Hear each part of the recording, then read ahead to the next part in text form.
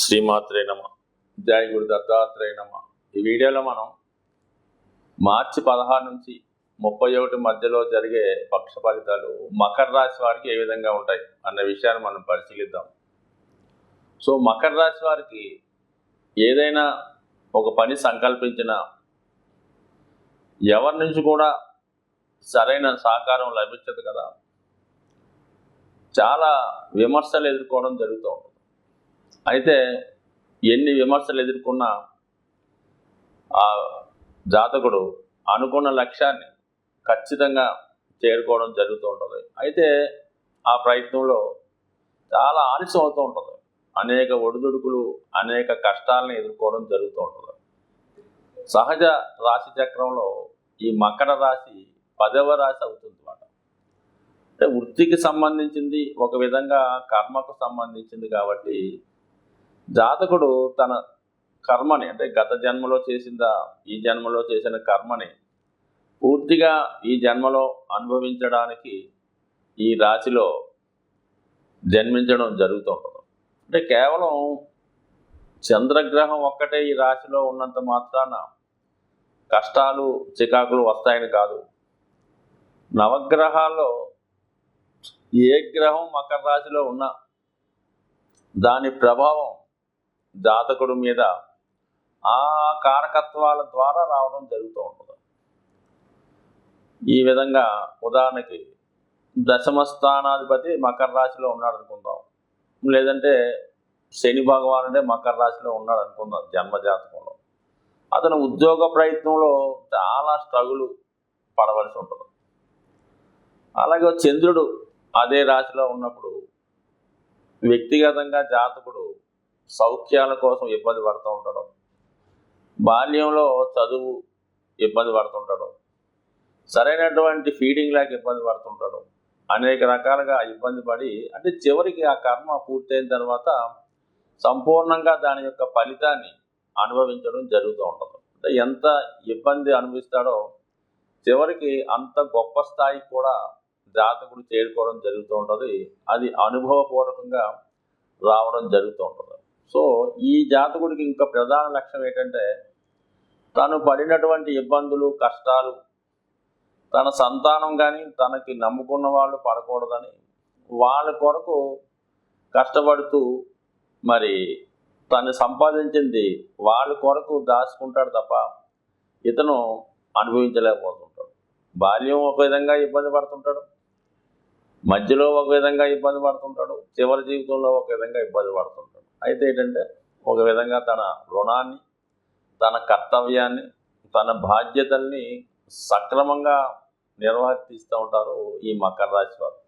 అంటే వీళ్ళకి కష్టాన్ని ఎదిరించే శక్తి కూడా శని భగవానుడి అనుగ్రహంతో రావడం జరుగుతూ ఉంటుంది. సో ఈ కారణం వల్ల ఈ రాశి వారు ఎంత కష్టాన్నైనా ఎదుర్కొంటారో, ఎంత గొప్ప సుఖాన్ని వచ్చినా కూడా దాన్ని పెద్దగా ఏమీ తీసుకునే ప్రయత్నం చేయరన్నమాట. సో ఈ విధంగా వాళ్ళు ప్రాక్టికల్గా వెళ్తూ ఉంటారు. అటువంటి మకర రాశి వారికి ఇప్పుడు ధనస్థానంలో 3 గ్రహాలు రావడం జరుగుతుంది. అంటే సాధారణంగా శని భగవానుడు ఎప్పుడు కూడా ఏం చేస్తుంటాడంటే, ఒక తను ఏ రాశిలో ఉన్నా ఆ రాశి ముందు రాశికి ఇబ్బంది పెడుతుంటాడు, ఆ వెనక రాశిని ఇబ్బంది పెడుతుంటాడు. సో ఆ కారణం వల్ల ఏంటంటే, ఇప్పుడు ఇంకా ఇతనికి రాశ్యాధిపతి అయినప్పుడు కూడా శని యొక్క ప్రభావం ఇంకా జాతకుడి మీద ఉండడం వల్ల ఎటువంటి సౌకర్యం వచ్చినా కూడా అనుభవించలేకపోతుంటాడు.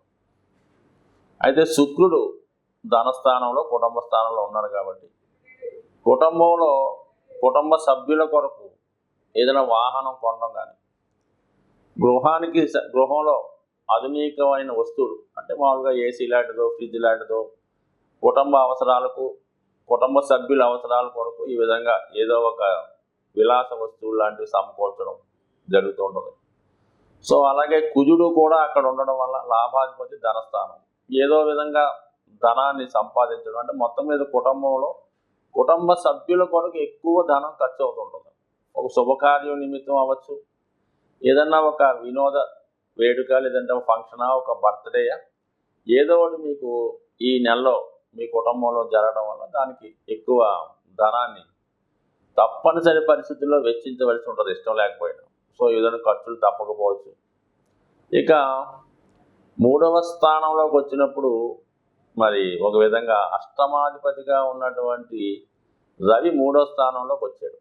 సో ఇప్పుడు ఏమవుతుందంటే 3వ స్థానంలో ఉన్నటువంటి గ్రహం జాతకుడికి ఒక విధంగా సహకరిస్తుంది. ఏ విధంగా? ప్రభుత్వ అధికారులు కానీ రాజకీయ నాయకులు కానీ మీ యొక్క పనులు జరగడానికి మీకు సహకరించే అవకాశం ఉంది. అయితే ఇక్కడ అష్టమాధిపతి 3వ స్థానంలో రావడం వల్ల మీకు కొన్ని నిందలు మీ మీద వచ్చే అవకాశం ఉండదు. ఎవరో చేసిన దానికి మీరు దానికి పనిష్మెంట్ అనుభవించడం కానీ ఆ మాట పడవలసి రావడం కానీ జరుగుతూ ఉంటుంది. సో ఏదైనా మంచిగా ఉంటూనే మీ మీద బురద జల్లే ప్రయత్నం చేసే అవకాశం ఉంది కాబట్టి సాధ్యమైనంత వరకు కొన్ని తప్పకపోవచ్చు. బట్ ఎనీహో దాన్ని పెద్దగా పట్టించుకోకపోవడం మంచిది. సో బుధుడు రవి కలిసి ఉండడం అనేది విద్యార్థులకి ఇది అనుకూలించే సమయం.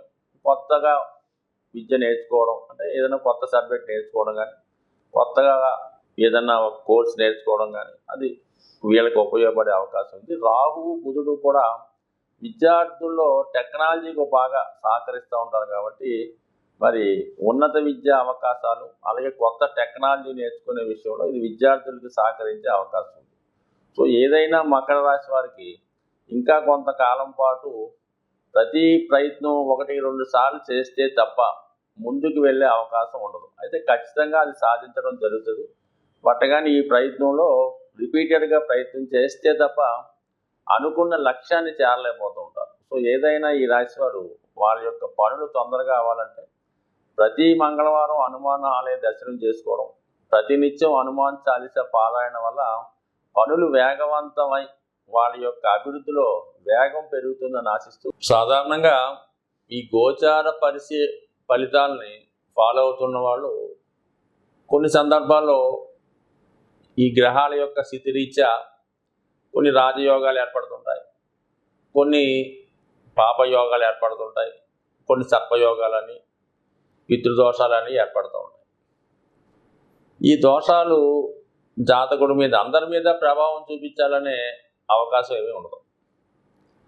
ప్రస్తుతానికి ఈ పక్షంలో ఈ రవి రాహు కలిసి ఉండడం వల్ల ఒక విధమైనటువంటి ఇది పితృదోషం అంటారు. ఒక విధంగా సంతాన దోషం అంటే రవి ఏ కారకత్వాలు వహిస్తాడు? రవి తండ్రి కారకుడు, రాహుతో కలిసాడు, అందుకని పితృదోషం. రవి సహజ పంచమాధిపతి, సంతాన దోషం అంటే ఏదైనా సంతానం కలిగే విషయంలో ఇబ్బందులు. అలాగే ప్రెగ్నెన్సీతో ఉన్నటువంటి అమ్మాయిలు ఎవరన్నా ఉంటే వాళ్ళు జాగ్రత్త తీసుకోవడం అంటే ఇది సహజంగా అందరి మీద ప్రభావం చూపిస్తూ ఉంటుంది. రవి ఆత్మకారకుడు, రాహుతో కలిసి ఉన్నాడు, అది జాతకుడికి వ్యసనాల మీద ఆసక్తి కలగడం, ఇండివిజువల్గా బ్లేమ్ కలగడం జరుగుతూ ఉంటుంది. సో ఈ విధంగా అదేవిధంగా మరి ఈ పక్షంలో శుక్రుడు శనితో కలిసి ఉన్నాడు.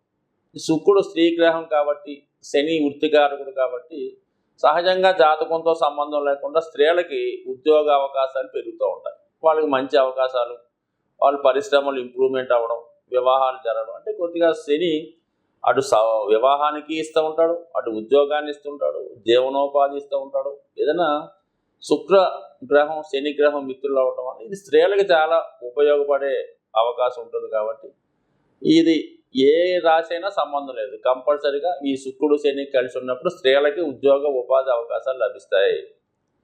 అలాగే గురువు అందరి యొక్క జ్ఞానానికి వాళ్ళ యొక్క పవిత్రతకి కారణమవుతుంటాడు. ఇటువంటి గ్రహంతో కలలేదు. అందరూ చాలా నిజాయితీగా నియమంగా ఉంటారు, దైవాన్ని పూజిస్తూ ఉంటారు. ఏ క్షేత్రంలో అయినా ఏ పర్వదినంలో అయినా విపరీతంగా జనం అక్కడికి వెళ్తూ ఉంటారు. ఉదాహరణకు మరి మన శివరాత్రి అనుకుందాం, లేదంటే సమ్మక్క సారక్క అనుకుందాం, చాలా విపరీతంగా ఆదరిస్తూ ఉంటారు ధార్మిక కార్యక్రమాలు. ఇవి అందరి మీద కూడా ప్రభావం చూపిస్తూ ఉంటాయి. సో అలాగే వ్యక్తిగతంగా జాతకుడు నడిచే తీరుని బట్టి కూడా ఉంటుంది. ఒక్కొక్క జాతకుడికి రాహు మహాదశ నడుస్తూ ఉంటుంది, వాడి జీవితం ఒకలా నడుస్తుంటుంది. గోచారం వచ్చినా కూడా అది ఆ యాంగిల్లో వెళ్తుంటుంది. గురు మహాదశ నడుస్తుంటే వాడు ఎంతసేపు కూడా ఆ యాంగిల్లో మంచి కార్యక్రమాలు నడుస్తుంటుంది. దశ ఇంపార్టెంట్, గోచారం ఇంపార్టెంట్, జాతకుడు ఉన్నటువంటి ప్రాంతం కూడా జాతకుడి మీద ప్రభావం చూపిస్తూ ఉంటుంది. సో సిటీలో ఉన్న వాళ్ళకి ఒకలా ఉంటుంది, పల్లెటూరులో ఉన్న వాళ్ళకి ఒకలా ఉంటుంది. సో అదే సిటీలో ఒక 20 సంవత్సరాలు, ఒక 23 సంవత్సరాలు, 10 సంవత్సరాల అబ్బాయి ఉంటే వాడు ఏదో ఒక ఉపాధి అవకాశం, ఏదో ఉద్యోగం లభిస్తూ ఉంటుంది హైదరాబాద్లో అయితే.